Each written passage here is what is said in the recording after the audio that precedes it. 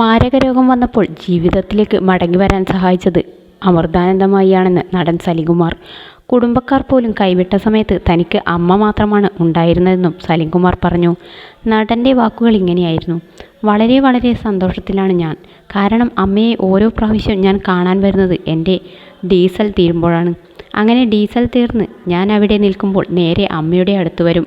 Diesel അടിച്ചിട്ട് ഞാൻ പോകും. കാരണം വളരെ മാനസികമായ വ്യഥ അനുഭവിക്കുന്ന സമയങ്ങളിൽ ഞാൻ ഓടി വന്ന് അമ്മ എവിടെയായിരുന്നാലും ഞാൻ അമ്മയെ കാണാൻ വന്ന് തിരിച്ചു പോകുന്നത് നിറഞ്ഞ മനസ്സോടും സന്തോഷത്തോടും കൂടിയായിരുന്നു എന്നും ഈ നിൽക്കുന്ന സലിംകുമാർ ഇങ്ങനെ തെളിഞ്ഞു നിന്ന് പ്രസംഗിക്കാൻ ഒരേയൊരു കാരണക്കാരിയുള്ളൂ, അത് അമ്മയാണ്. ഒരു 3-4 വർഷങ്ങൾക്ക് മുൻപ് ഞാൻ ഒരു മാരക രോഗത്തിന് അടിമയായപ്പോൾ എൻ്റെ ജീവിതകാലം കൊണ്ട് ഞാൻ സഹായിച്ച ബന്ധുക്കൾ പോലും എന്നെ കൈയൊഴിഞ്ഞ ഒരു സമയമുണ്ടായിരുന്നു. അന്ന് ഞാൻ അമ്മയുമായിട്ട് അത്ര ബന്ധമില്ല. അങ്ങനെ ഡോക്ടർമാർ പറഞ്ഞു അമ്മയെ ഒന്ന് കാണണമെന്ന് പറഞ്ഞു. എന്തെങ്കിലും സഹായത്തിന് വേണ്ടിയാണ് അവർ ചെന്ന് കാണണം എന്ന് പറഞ്ഞത്. എനിക്കൊരു വല്ലാത്ത ബുദ്ധിമുട്ട് തോന്നി. എങ്ങനെയാണ് ഇതുവരെ കാണാത്ത ഒരു ആളോട് സഹായം ചോദിക്കുകയെന്ന്.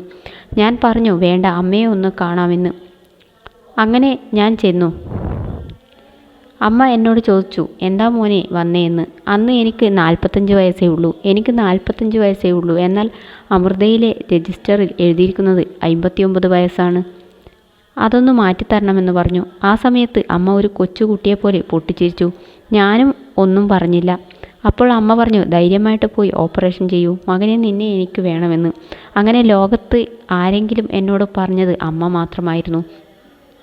ആ ഇരുട്ടിൽ നിന്നിരുന്ന എന്നെയും എൻ്റെ കുടുംബത്തെയും വെളിച്ചത്തിലേക്ക് കൊണ്ടുവന്നത് അമ്മ തന്നെയാണ്.